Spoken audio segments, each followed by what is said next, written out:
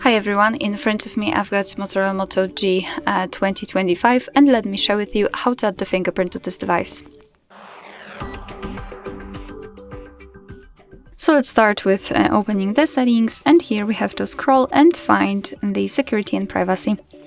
Then let's tap on device unlock and choose fingerprint.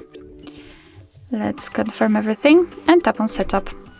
Now we have to put our finger on the sensor, which is located on the power button. So let me just put my finger on it. And now we have to do it multiple times in order to add our fingerprint fully. So try to catch every part of it for better recognition. It will be also easier without the case. So just you can take it off for the purpose of adding the fingerprint. Alright, we've got it, so just tap on done.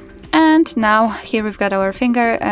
We can rename it or remove it or add another fingerprint. So let's lock the device and let me put my finger on the sensor. And as you can see, the device is unblocked, which means that we just successfully added the fingerprint to it. Alright, so that will be all. Thank you so much for watching. I hope that this video was helpful, and if it was, please hit the subscribe button and leave the thumbs up.